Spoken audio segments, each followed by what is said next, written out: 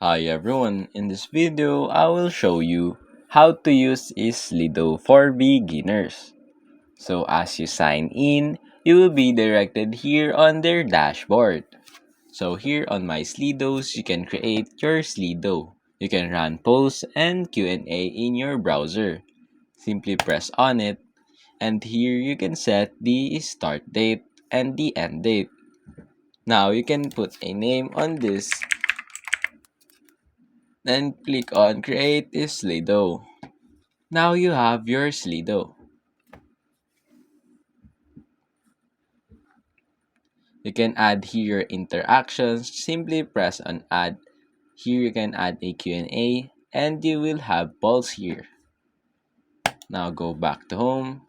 On team, you will see your team here. You can invite your team by clicking on this invite button.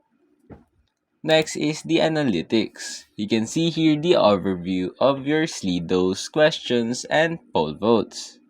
As you can see here, I created one Slido. Next is tutorials. You can see here a lot of tutorials to watch. Next is the integrations.